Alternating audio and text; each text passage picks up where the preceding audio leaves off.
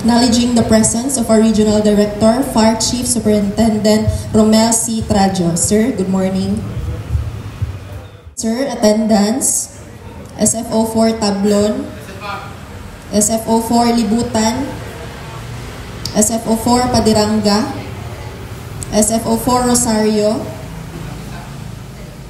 SFO3 Uba, SFO2 Apugan, SFO2 Wow, SFO1 Calfoforo, SFO1 Daayata, SFO1 Ider, SFO1 Redulia, SFO1 Tilap, SFO1 Bago,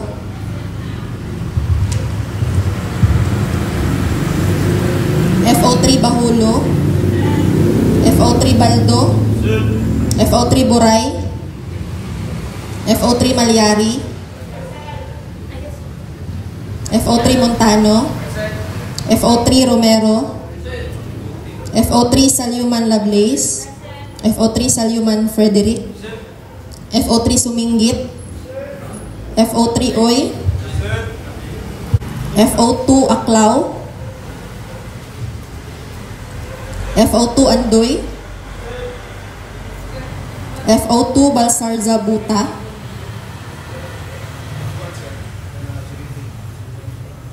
FO2 Kapatan, FO2 Rabe, FO2 Te, FO1 Alcesto, FO1 Almasin, FO1 Ayaay, FO1 Ansin, FO1 Bukingo, FO1 Bonita, FO1 Kabigas, FO1 Katubig, F01 Damit, F01 Escojedo, F01 Garcia, F01 Galigaw, F01 Lawan, F01 Lim, Earl Jan,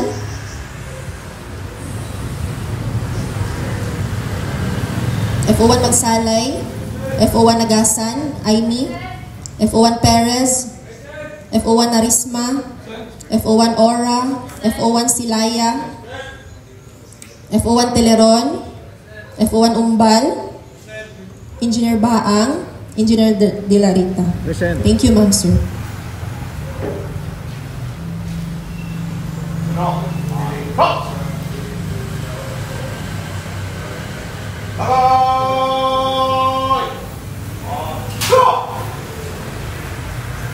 Welcome to the Bureau of Fire Protection Regional Office 10 Traditional Monday Flag Raising Ceremony. We are your hosts from the Logistics Division, headed by Fire Superintendent Renante S. Loron. And now the ceremony begins.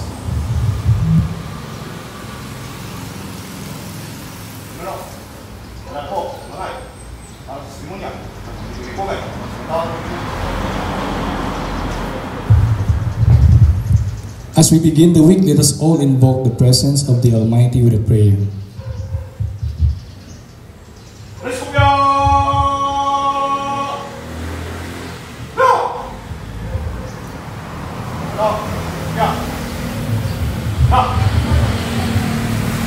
That of the Father, and Son, and the Holy Spirit, amen. Loving and gracious Heavenly Father, we acknowledge your holy presence today. We thank you that you are our infinite source of peace, love, and wisdom. We know that your Holy Spirit guides and directs us. Your love enfolds us and your light illuminates us. Lord, we entrust you in everything in our lives, despite the various challenges that we are facing in our society today. We remain steadfast to cling to your words, because we believe that you always make a way for us. As we start to do our job of the week, we always pray for your spiritual guidance and direction, because we are nothing without you. We need you, Father God, not only in moments of great difficulty and danger, but in every second of our lives. Lord, we pray for our leaders, from the President down to the lowest position in the government. Grant them with your heavenly wisdom, help them to lead and govern with integrity, and always give them the strength to do what is right, for the benefit of everyone. As employees of the government, we likewise pray for your guidance and direction. Guide us in the work we do, that we may do it not for self alone, but for the common good.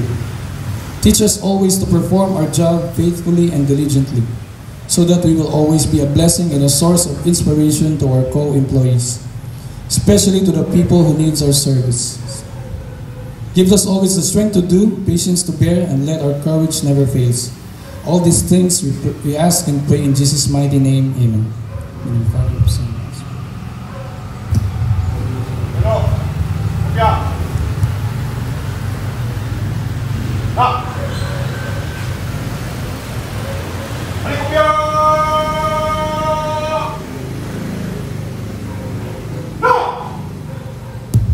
Ladies and gentlemen, the Philippine National Anthem.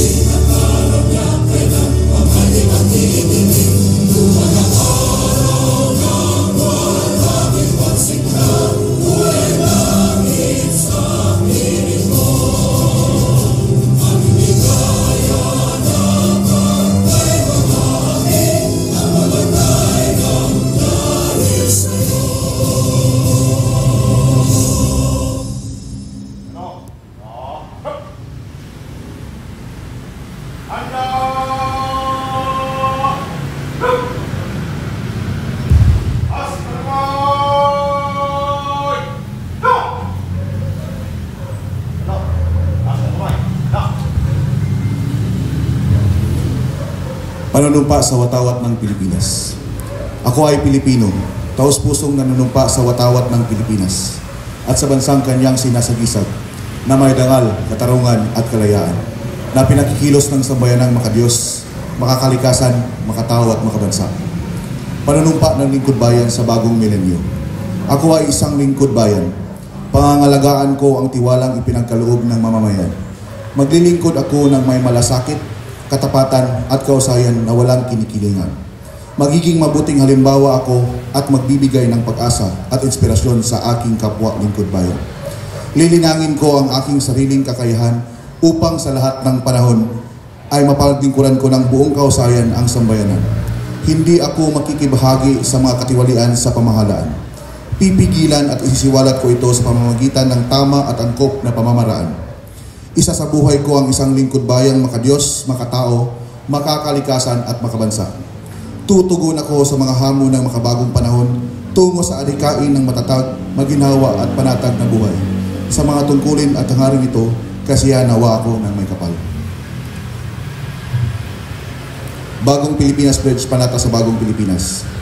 Bilang Pilipino, buong pagmamalaki kong isa sa buhay ang Bagong Pilipinas.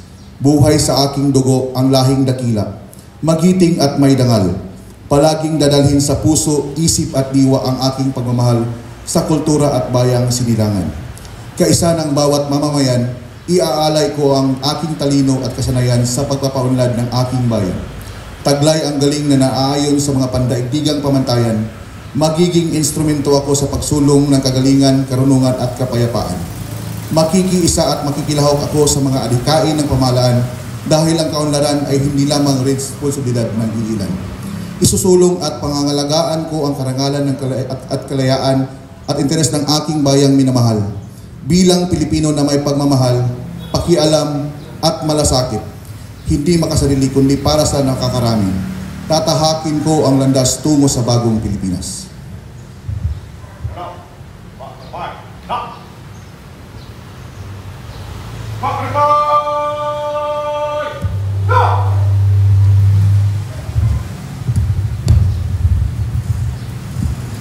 Firefighters King, I believe in the Almighty God, the Architect of the universe, and the Creator of the firefighters.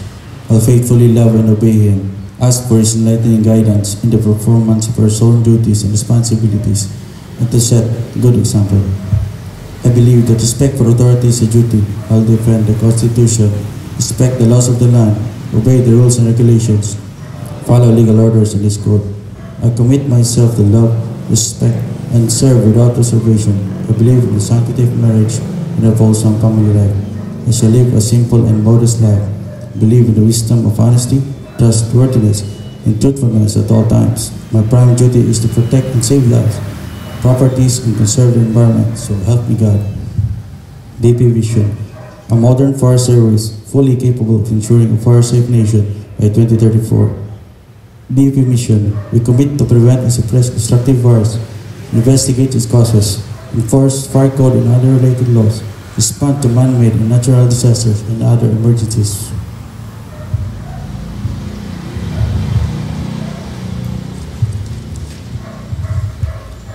DILG Mission.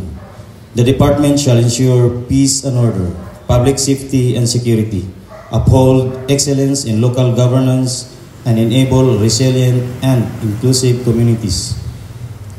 DILG Vision. A highly trusted department and partner in nurturing local governments and sustaining peaceful, safe, progress, resilient, and inclusive communities towards a comfortable and secure life for Filipinos by 2040. DILG shared values. Ang DILG ay matino, mahusay at maaasahan.